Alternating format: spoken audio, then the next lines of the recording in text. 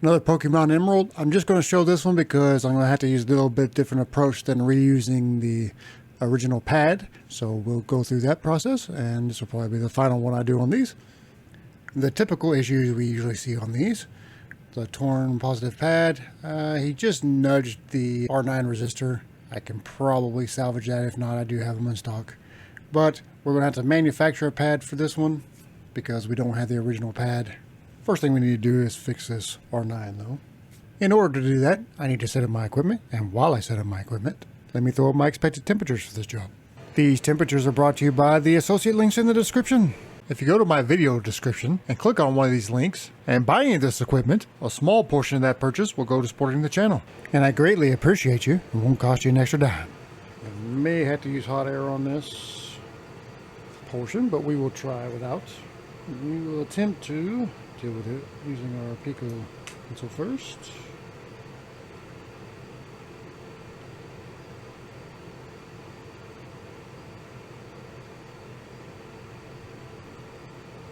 Alright, I think we got it back in place.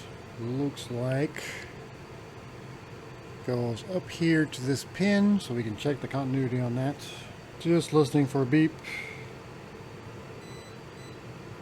Okay, we have continuity, and we're going to be running a jumper from this side to re-establish connections, so nothing to worry about. Now we need to deal with the pad. Or to deal with the pad, we're going to need to clean this up.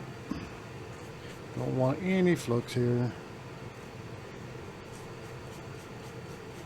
Okay, we're just going to eye this as best as can.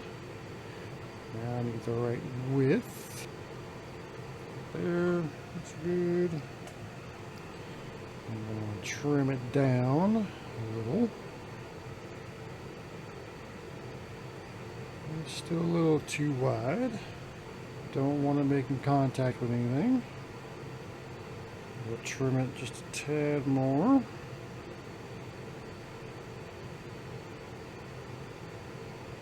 Should do just fine. I like it. That'll work fine. Our next step is going to be to apply lots of solder mask. We can be pretty liberal.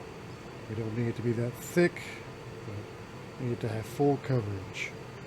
A little bit outside the pad area too. We need light to conduct under the pad, so we want to be outside of the pad a little bit. Spread what we got here. And that should be enough. And place our pad adhesive side up. We'll worry about getting the adhesive off after we get it in place. Make sure we're not making contact with anything that we don't need to be in contact with. I think we're clear of everything. Okay, so the next step will be to cure this into place, and for that process you just need to put a lamp on there. This is where a laser is not very handy because sitting there for 10-20 minutes with a laser is not fun. Use a lamp, grab our lamp, hook it on, stick it on there, and walk away for a while. We'll come back when that's cured. I hope you're getting value out of this video. Just a reminder, if you find you're not ready to tackle this, I do offer these services, both locally and mail-in. Just head over to micromage.repair, click free quote, fill out the form, and I'll get back to you personally. If you mention this video, I'll give you 10% off on your repair. Okay, that is thoroughly cured. Kind of tell when you push down on it and nothing squishes out that it has cured all the way through. So next thing we need to do is kind of scrub this out and get all this adhesive off. And for that you just got to be patient. The isopropyl alcohol will do the job. It just takes a little time sometimes. Pretty much want all this adhesive off. All it's going to do is burn and gunk up. Otherwise, should be able to get pretty liberal on it if you have a good enough cure. I mean, not so liberal you're knocking off parts or anything, but tin this guy, and then we're going to clean up also on this guy. Get the old solder off. Put some fresh on there. Decent amount. Actually, kind of do want a little bit of a mound on them for getting the legs soldered in.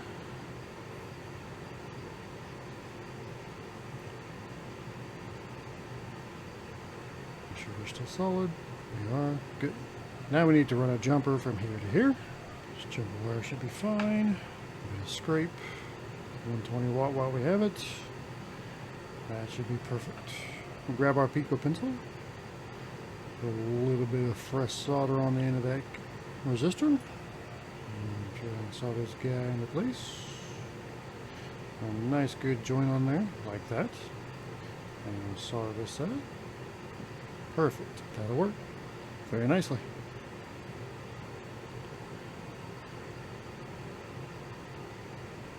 We do not need the jumper going down here anymore. I was informed by a commenter on one of my videos, and I have since not run it, and it has worked fine. It just goes to a test point. Thank you to that commenter. It was definitely not due to my own genius. I just soldered good. I think we are prepared to put the battery on. Of course, we need to do some modification to the battery. We'll bend our tabs. This one needs to come down to a little bit, and then bend down like so. And this one we need to bend down.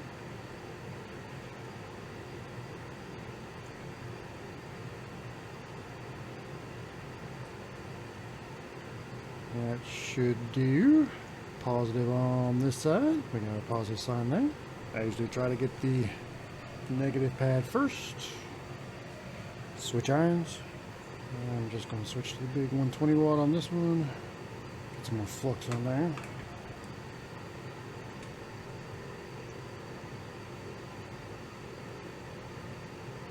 Okay, should be solid, but is it solid in a way that we can solder this other one? I may need to move it a little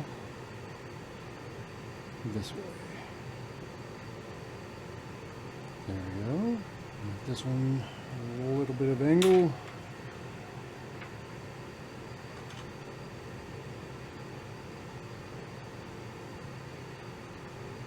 Okay, yeah, that looks good. And that looks good. And we're not making contact with anything we shouldn't be. It looks good. You know, it's not as beautiful as original, but it will last. And the bed tabs will not put strain on these pads that have already aged and weakened quite a bit. Clean up and we'll test.